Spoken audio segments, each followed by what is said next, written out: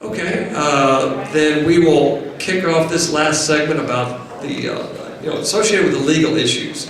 What we saw last time is the concern for PII, that's personal identifiable information. And many of these cybersecurity breaches, that's what you have. I mean, you have the release of PII, but is there really a harm to the person that has their PII released? And as you know from basic law school, 101, that tort liability is you have a duty, the duty's breach, proximate cause, and then you have to show injury. The law review article that I have here is called the Connie Francis effect.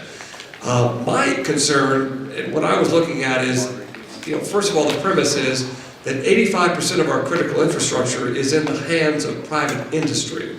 We are still, thank goodness, a capitalist society, laissez-faire, and may I never be so, because capitalism is one of the things that has made us a great nation. It unleashes freedom and business activity, and that's where, of course, our revenue stream comes from. But given that 85% of the critical infrastructure, the power plants, the dams, the electrical grid, the banking system, all the things that we cannot do without anymore in life, they rest in the hands of private industry. And private industry, they're there to make a profit. They're not, they're not primarily concerned with security, whether it's physical or cyber, although that's there, of course, but their goal is to have efficiency in operation and to make a profit. And so when you tell them, well, we would like to take some of that money that you have in profits and turn that into mechanisms for greater physical security for our facilities, our employees, and greater cyber security. And that's a hard sell because, again, that is money that comes out of the Christmas bonuses and other things that they want to do with those funds. So it occurred to me that one way to up cybersecurity standards would be to encourage somehow these private companies to do it themselves. Because there's two theories about how the government can be involved excuse me, in cyber issues. One is engagement and one is regulation.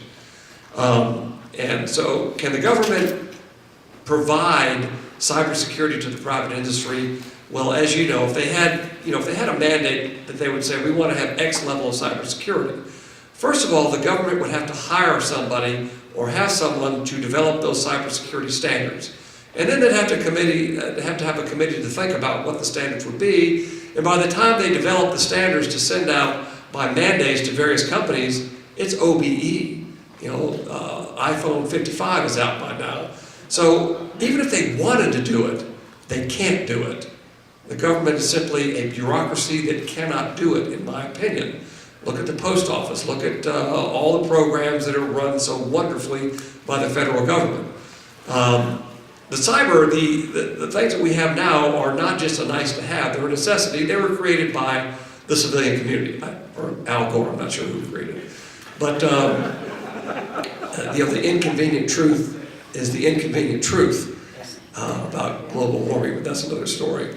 But in any event, it's the geniuses in the cyber world and these capitalists that develop cyberspace. And therefore, that's where we need to go to find ways to secure cyberspace. But as we all know, it's the cat and the mouse, or in Texas, there's never been a horse that can't be rode or a cowboy that can't be thrown. So you show me your cybersecurity system and I'll find some way to breach it. So it's a never-ending game. Part of the problem that we saw this morning is that many of these, I'll just call them SCADA systems or their other names, the brains that run these critical infrastructures, they are antiquated. And many of them do not have built-in cybersecurity measures into the system already, so they have to have packages that are put on top of it. So one of the ways we could do it is to insist that we have better SCADA systems, that, things that are up to date, that can resist some of the attacks that we have. Another way you can do it, of course, is sue the bastards. Pardon my French, ladies. But lawyers have a role to play. Anybody remember Connie Francis? She was a very famous singer back in the day. And she was, I guess she was a pop singer. And she decided to revitalize her career in the 1970s. So she started to do a tour, and she started the tour in New York City, very successful, and she went back to the hotel room where she was staying at the Howard Johnson's, and she was sexually assaulted by someone that broke into her window in the Howard Johnson's hotel, a murder lodge. And they sued Howard Johnson's and recovered the largest verdict anyone had ever heard of. It was, I think it was close to $3 million. And that's big money back then. Overnight, there was a phenomenon in the hotel industry. You would see physical security just had a quantum leap across the entire United States. Every hotel in every environment, not just Howard Johnson, everybody, they had new locks on the doors, lighting systems, all sorts of things. Why? Well, because of what happened to Connie Francis. And this is human nature. If you're at the beach and you see a shark eat somebody, or you hear the noise that a shark ate somebody, what does everybody do in the water at the beach? They get out. You really don't need to get out. The shark's probably had its full, and you're probably going to be safe. But that's just human nature. And of course, in the stock market, what drives the stock market? Greed and fear.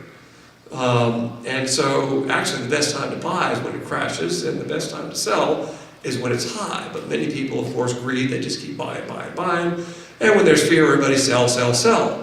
And that's my tip for the day, buy low, sell.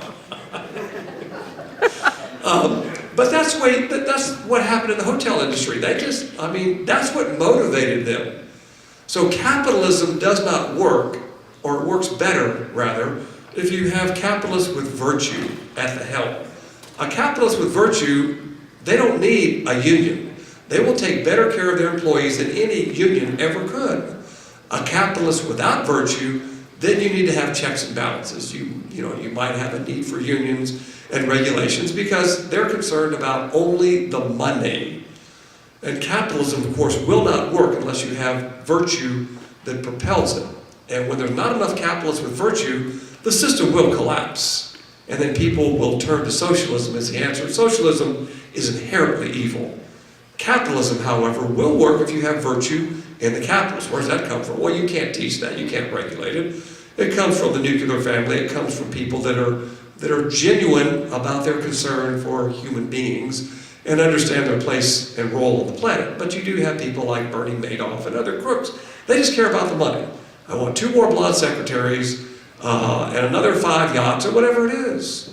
And so when you catch a capitalist without virtue, I'm all for putting a stake in their heart and not sending them to a white-collar jail. Send them to a jail where their cellmate is Bubba, and in South Georgia, because they are a plague to the laissez-faire attitude that made this country a great country.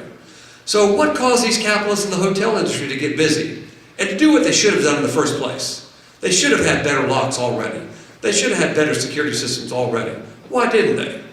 Well, several reasons. A lot of them were crooks. A lot of them just didn't think about it. But a lot of them just said, we'll think about that tomorrow. That's going to cost money. We don't really want to spend the money to do that. So the same thing is going to happen in the cybersecurity world. It's not going to be a release of PII. That's chicken feed. That's small stuff. You have to get a class action together to really get that some energy behind that. And of course, as you know, these big corporations, you can sue them, but it's going to take 7, 8, 9, 10 years to get to the end of the railroad track, because they have high-speed lawyers that will delay, and all sorts of things. What we're going to have is a Connie Francis event, and that is a cybersecurity attack at one of the critical infrastructures where the dam breaches and kills 10,000 people. Then we're going to see a lawsuit that will be the mother of all lawsuits, because you will say, this is going to be a tort lawsuit. We don't care about these statutory provisions in states and the federal government. Yeah, we got all that. We need a big lawsuit. If that occurs, you will see a quantum leap in the industry for cybersecurity, because then they'll say, wow, look what happened there, and that's just human nature.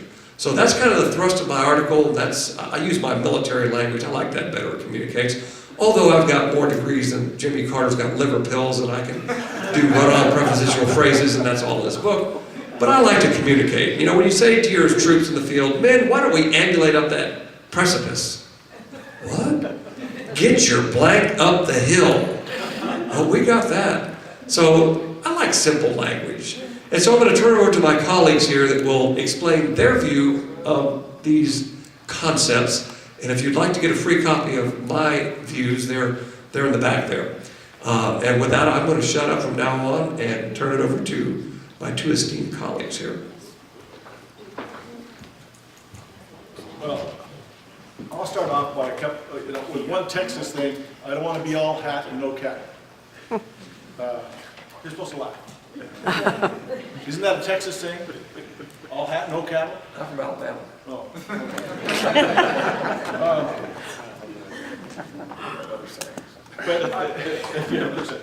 I mentioned Ted Koppel's book. He had a really prescient quote in his book, and I recommend everybody to read it. And if I could remember the title, I'd give it to you right now, but I can't remember the title. But he states, we are a reactionary government and a reactionary society. We don't do things because we are looking forward to them. We do them because somebody has bitten us in the butt. A lawsuit has happened, something has occurred, so it motivates us into action. And I want to start off by saying thank you to Dan Sutherland for his presentation, because I think the executive order, and I didn't know the number until today, 13800, is a great start. But let me just give you a reference point as to why I think it's just a start. The first executive order that came out was called 13587, and that was on protecting classified networks. And I was working for the Office of the Director of National Intelligence at the time, and we had to go to the Office of Management and Budget on the Hill and talk about how we get the essence of this going. And talk about we're reactionary. The OMB reaction was, how much is it going to cost? And of course that's what they have to do, because that's what they have to manage the budget. And when we told them how much we believed it was going to cost, they literally laughed and said, that's not happening. And so when the executive orders come out, whether it be 13587 or 13800, they're great steps. But we need the congressional action to budget and appropriate funds to make this happen within the government. Without the budgetary issues and without the appropriations, these will just be guiding documents that are unfunded mandates. And that gets back to how do we achieve cyber compliance and risk minimization within the U.S. government. It takes all of us to make that event happen without having to wait until we're bitten before it happens. And that means getting involved and making sure that Dan Sutherland has what he needs to accomplish his cybersecurity framework. But it also means contacting your congressional and senatorial, your congressmen and women to say, this is important. And from my perspective, cybersecurity is so important. I'll just tell you a note that I write a blog on a place called federaltimes.gov or federaltimes.com, and in there I have stated before, this is so important to me that I believe that cybersecurity should be elevated to a secretariat position, because cybersecurity encompasses the entirety of our lives, just as the Department of Defense encompasses the entirety of our lives. The second thing that I think we need to talk about, in my perspective, is getting the cybersecurity piece outside of the intelligence community. And the reason I say that is because so is classified and cannot be shared with the rest of us. It makes it really complex to be able to get a threat that happens and translate it down to something that you and I can take action against. I'm not denigrating the intelligence community. I love it. They should be able to do their own work in their own way, but when they control the aspects of cybersecurity as they do now, it's really hard to translate that into usable, actionable activities for the general public. And I'll stop there. Unless anybody's got any questions. Well, I think we're gonna transition into talking about what these regulators are expecting, and what is it that we need to do to achieve compliance and reduce risk. And I think that's the discussion that that we'll launch into. We've covered some of these principles already in the few panels and speakers that we've had. But I think, it goes back to, and really I think, Keith, you were talking about this. The first thing you need to do before you can start looking at whether your controls are sufficient, whether you've got enough, guard dogs out front, is what is it that you're trying to protect? What do you have to lose? If you're a power company, the answer to that question is going to be extremely different than if you run a tire shop, right? But so every organization is going to have their own unique risk profile. And the problem is that the way that the media feeds information to us, and frankly, the way the industry that we're both part of, the cybersecurity industry, communicates, they want us to all think that we all have the same problem, and guess what? They have a tool that's going to help us, right? That we just buy their tool. And that's just not the case. So, looking at risk, the old-fashioned risk equation, risk equals threat times vulnerability times impact. And going through that process in our own organizations, understanding what it is we have to lose is the first step. And that process is relatively uniform. Again, the output's going to be very different. The results of that analysis will be extremely different. But sitting down and just looking through looking at risk is a relatively standardized practice that we've been doing for hundreds of years in different contexts, right? And this gets back to a point that we made earlier, is that if you accept what I just set forth, then you have to recognize, acknowledge, this is not an IT problem. You can't just ask the IT department to assess risk. What's our risk? What do we have to lose? The IT department has part of that answer, right? It's the system vulnerability and, hey, what impact if system A goes down?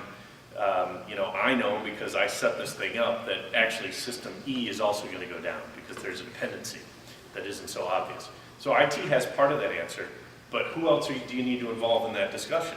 Certainly legal. I always say, I made the transition from being a lawyer to being an information security professional, and people say, well, how did you do that? It's actually pretty easy, because if you think about it, what are lawyers trained to do? We're trained to absolutely assume that the worst thing that could possibly happen is going to happen tomorrow. And that's the same thing information security people do. And what I find, I do a lot of work where I'm bringing lawyers and IT people together to talk about risk. Once you get past the sort of, inherent biases that we have and the stereotypes, which are accurate a lot of the time, I will say, you realize that there's a lot of commonality in the way we view the world. And I think it is rooted in a deep-seated paranoia that I talked about. So that's really what we all need to do, is sit down and look at enterprise risk, whatever kind of organization you're a part of, understanding what it is you have to lose, and understanding the different instrumentalities that could bring those bad things, that could cause those bad things to happen.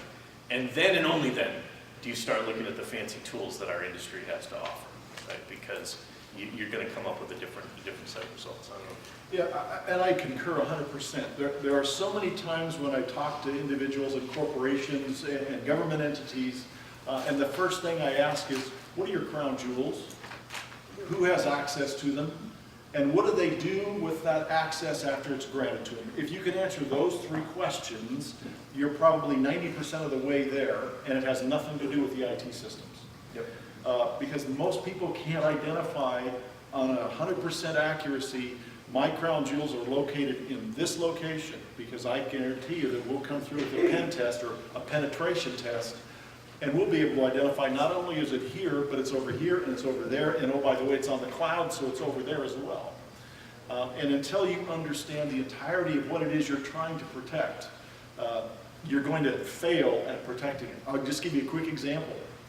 I went to a huge financial institution in the city of New York, and we said, okay, what are your crown jewels? And they said, well, we're really proud, we've identified 95 of them. I said, and who has access to them? And they scratched their heads and said, we don't know. And I said, well, how can you protect it if you don't know who's supposed to have access to it? So we did some more fiddling with them, and finally we got down, they got 5 crown jewels. We said, okay, what's the most important one? And they said, the information regarding our initial public offerings in stock, because that controls trillions of dollars of capital. We said, great, how many people should have access to that information? They said, less than 200. Ooh, perfect. So we were able to then begin to build a program based on what data they wanted to protect, which was most important, and who had access to that data. And then we could talk about what are the systems and systematic way that they access that data so that we can guard against it. Yeah, if you think about, definitely an overly simplified example. If I've got a warehouse, let's say a large warehouse, 100,000 square feet, and there is an object that I keep in that warehouse that I really, really need to protect. It's life and death. My business will fail if that object is stolen. What are the different ways that I can spend money and invest in security to protect that object? Well, I can put 3-foot thick concrete walls around my warehouse, guard towers. I can protect the perimeter. That can be effective, but there's a few problems with that. First of all, it's extremely expensive. And, from time to time, I don't have to let some people into the warehouse to do what they need to do. So, what's another approach? What's another way to protect that object? Well, dollar for dollar, I'll take a very simple proximity sensor around that object that's in a live, 24/7 video feed to a guardhouse, or it could even be a remote location. And then, maybe a couple of German Shepherds that I can release when I see that there's somebody getting near to the object that shouldn't be near the object, right? That's a much more effective way to protect what it is I have to protect. But if I don't understand what that object is, then there's no way to do it. And obviously, our organizations are a lot more complex than that, but I think we need to start thinking about security from that perspective of the data and what's the most effective way to protect. And most organizations, pound for pound, are spending too much on perimeter, not enough on the interior. And also, what you want to do if you're an attorney, remember, you're not responsible to secure everything at 100% level. Tort liability is you have to have reasonable cybersecurity or physical security standards. So if I'm an attorney, I go into the boss, I said, what's our security profile? Okay, here's what it is right here, X. Well, when I go into court, when we have a breach, I want to tell the judge that, look, we're not just compliant, or we don't match the cybersecurity standards of our fellow industry members, whatever the industry is, we're X plus 20. That's what I want to tell the judge, because it's up to the judge to decide what is reasonable.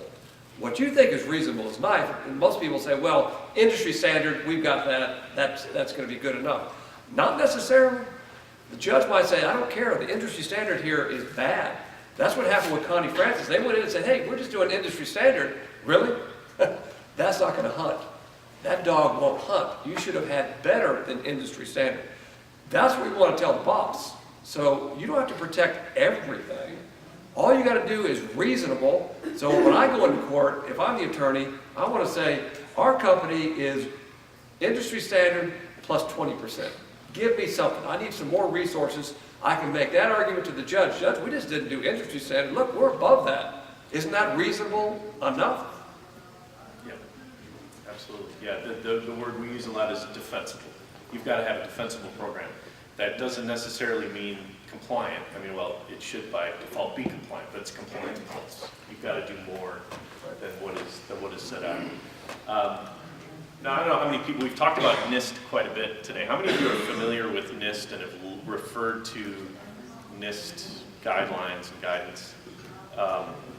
If you haven't, it is worth checking out. There are a ton of resources out there, and for better or for worse, they give those of us in the industry some common frameworks that we can use to describe the processes that we should follow. I would say, I don't know if you agree, I think by and large NIST does a pretty good job of that. They do an excellent job, but my only complaint is too many corporations look at this as a checklist, and cybersecurity is not a checklist environment. It is a continuous process. Yep, and it is unique for everybody. But I think that the fact that NIST gives us a framework that we can use to talk about the different phases and components of a cybersecurity framework is important. Similarly, this is a 20 security controls that were originally developed by the SANS Institute, which remains a very leading sort of educator in the cybersecurity space. We send a lot of our people to SANS training courses. they actually created these 20 critical security controls that are now managed by the Council on Cybersecurity. But again, in terms of simple approaches and trying to get a handle on where your organization sits in terms of the maturity of your security program, another great place to start. You know, and I think obviously you want to look at these controls after you've identified the assets that you want to protect. Then you go through these simple controls to see, you know, how well you're doing and put yourself in a position to continue to mature your program. And I think one last comment to add to that is, this all begins by organizing properly, and someone mentioned it before, and I can't remember who it was, but when you're talking about a cybersecurity program, you need to include HR, you need to include the administration, you need to include legal, general counsel, privacy, security. You need to include everybody, the CISO, the security officer, the IT department. Everybody has to play in this because they all have a different perspective to add, which is why I talk about this needs to be elevated above one IT department. It needs to be at the boardroom level. Yep. So, you know, I mentioned this earlier, the risk equation, and this is not something that's used for cybersecurity risk. This is just the definition of risk is threat times vulnerability times impact, right? Very simple, been used for many, many decades in different contexts. In the cybersecurity space, though, what the industry that's evolved has really been focused disproportionately on one of those elements, and that is vulnerabilities. And frankly, again, getting back to the capitalist society we are fortunate enough to live in, that's where the easiest money is frankly chasing vulnerabilities around. Because frankly, we can build technology and scalable systems that will help us fix vulnerabilities. And we've gotten better, you know, and obviously, you know, patching is the most obvious example of vulnerability management. But, you know, antivirus is another. You know, our basic perimeter controls are helping us control vulnerabilities, the vulnerability component of this equation. And the cybersecurity industry worldwide, I think, is going to crack $100 billion this year. So there's a lot of people making a lot of money selling us these vulnerability management tools and technologies. And guess what? They don't work. They're necessary, but no longer sufficient. And so we need to start focusing on the other components of the equation, threats and impact.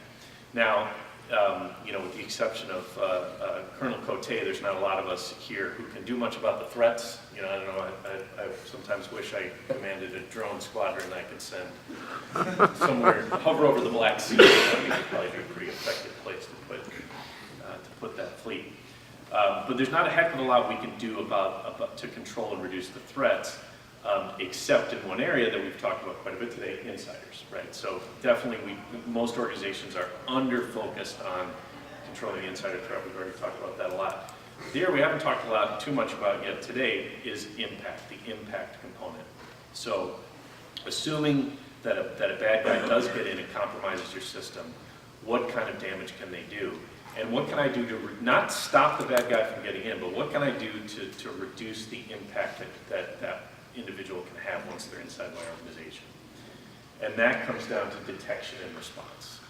So, you know, I was trying to attribute this quote that I've used probably 100 times over the last 10 years, and I can't figure out who originally said this, but prevention is ideal, but detection is a must.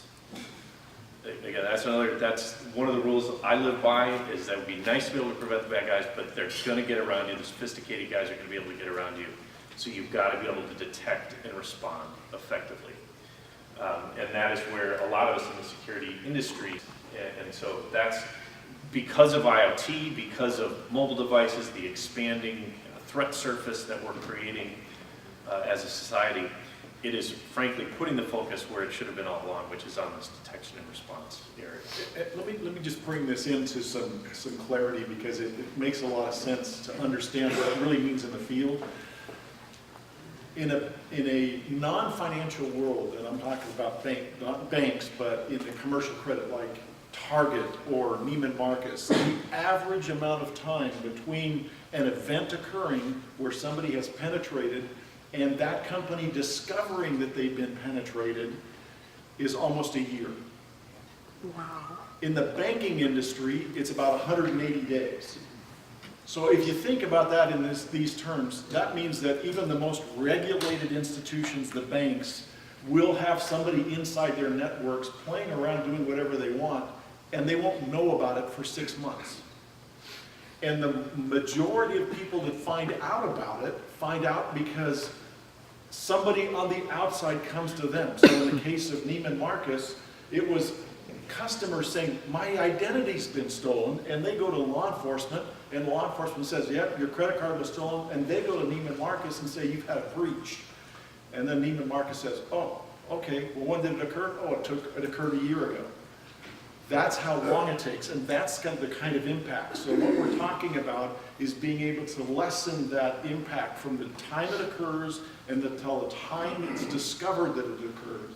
And then you'll be able to mitigate that impact significantly by shrinking that time down.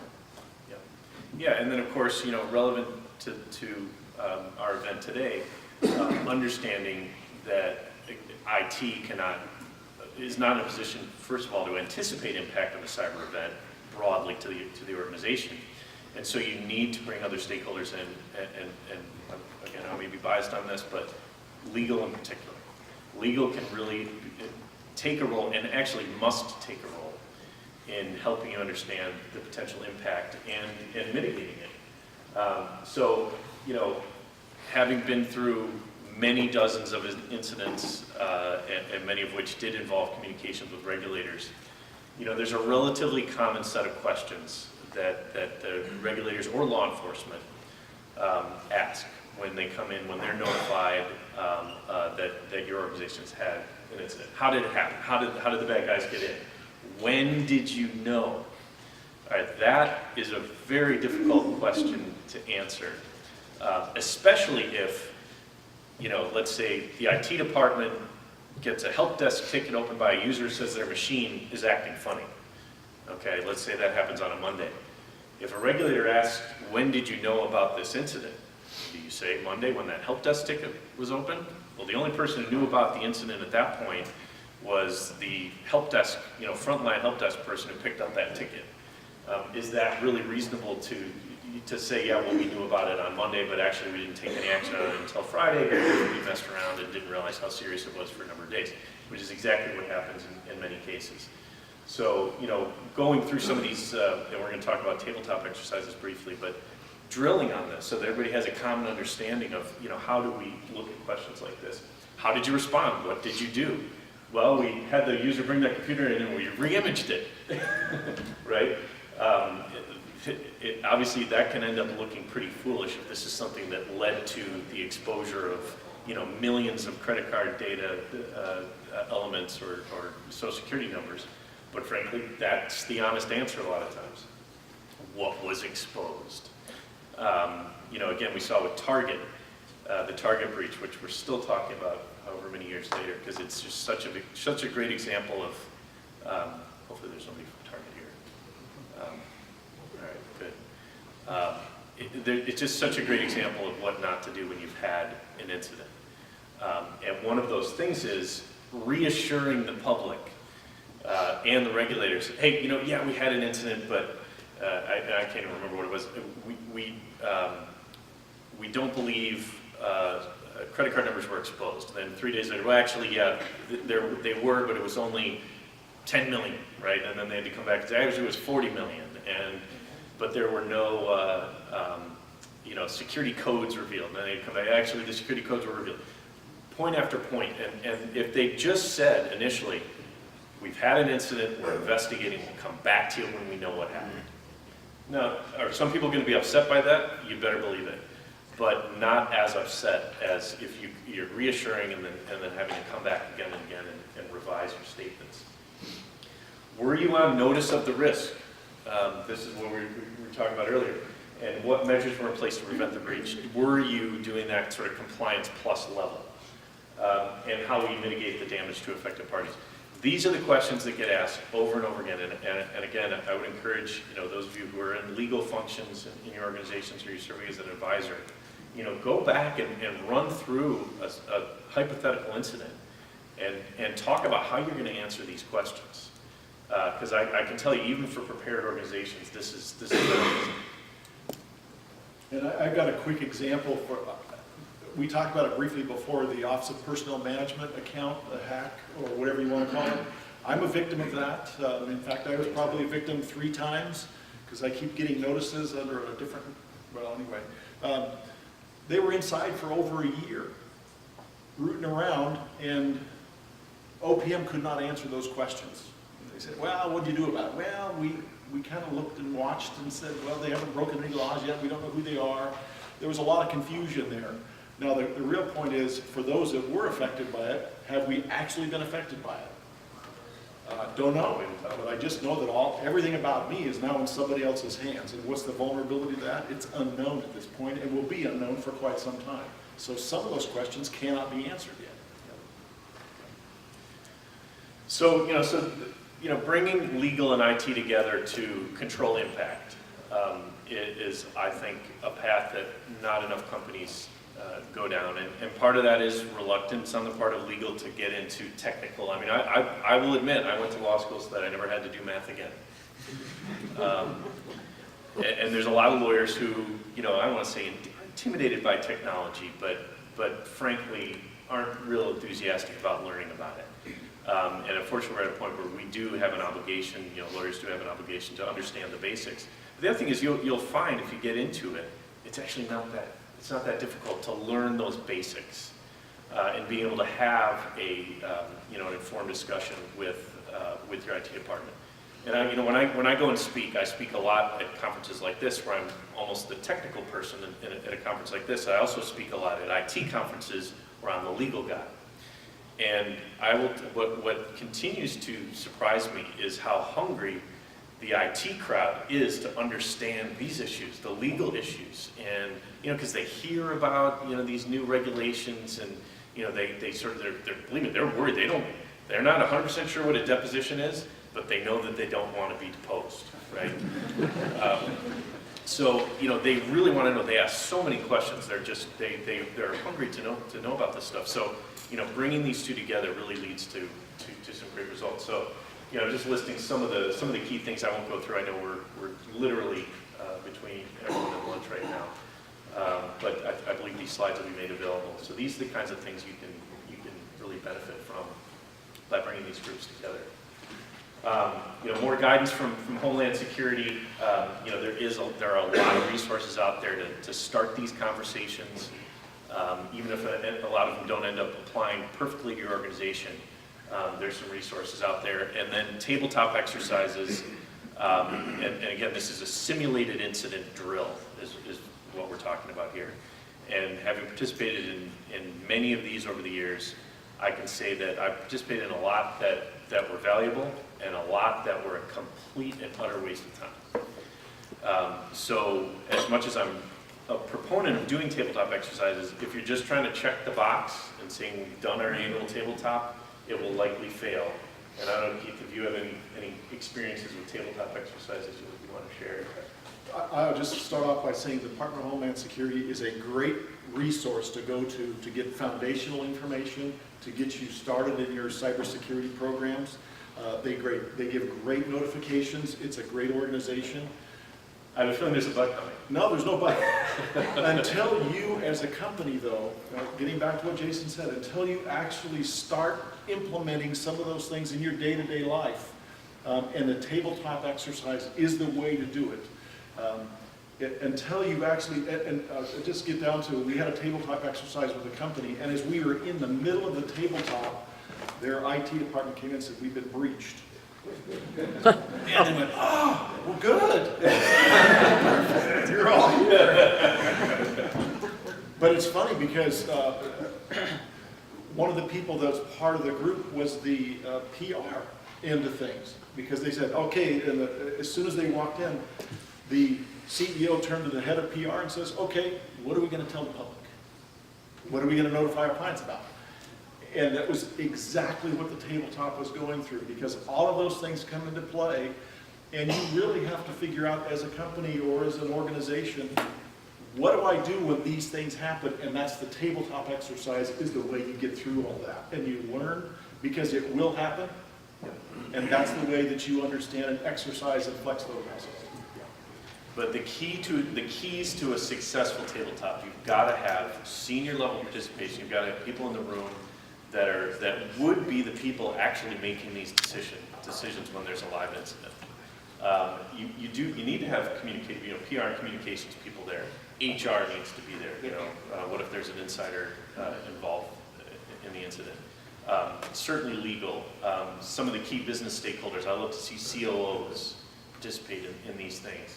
And in my definition of a successful tabletop, it's when you get 20 minutes in and I'm no longer talking as the facilitator.